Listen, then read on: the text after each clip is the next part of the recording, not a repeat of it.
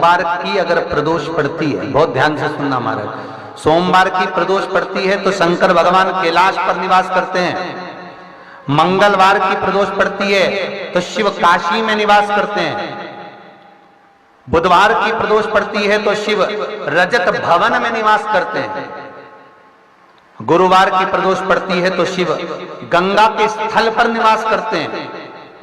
शुक्रवार की अगर प्रदोष पड़ती है तो शिव नीलकंठ पर विराजमान होते हैं। शनिवार की अगर प्रदोष पड़ती है तो शिव शमी के वृक्ष के नीचे रहते हैं। और रविवार की जब प्रदोष पड़ती है तो शिव बेलपत्र के पेड़ के नीचे निवास करते हैं। महाराज, ये एकादशी शंकर से कह रही है कि आपका स्थान ये नहीं कि आप कैलाश पर मिले, उस बार को, उस तिथि के दिन, उस अनुकूल।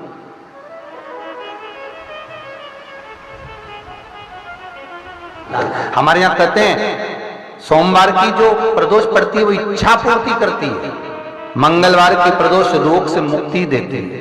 बुधवार की प्रदोष कामना की पूर्ति करती है। गुरुवार की प्रदोष शत्रुओं का नाश करती है। शुक्रवार की प्रदोष सुख और शांति देती है।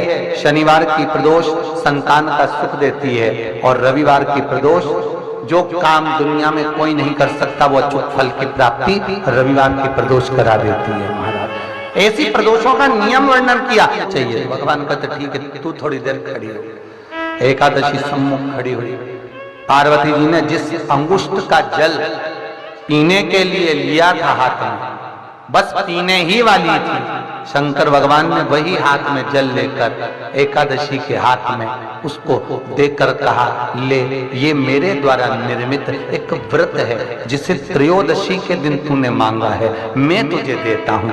आज इस व्रत का फल मैं तुझे प्रदान करता हूं। अब तू जिस जीवात्मा को लेकर जाएगी उसका पाप प्रबल नहीं होगा। किसी स्त्री, पुरुष, बालक, बुजुर्ग जो भी होगा जिसने प्रदोष का व्रत करा होगा, वो जीवात्मा को तू किसी फल की कामना से नहीं, स्वतः ही लेकर चली जाएगी। उसमें कोई कामना नहीं है। बन सके जीवन में 11 प्रदोष या 26 प्रदोष करने के बाद आप उसका उद्यापन कर कर विराम भी दे सकते।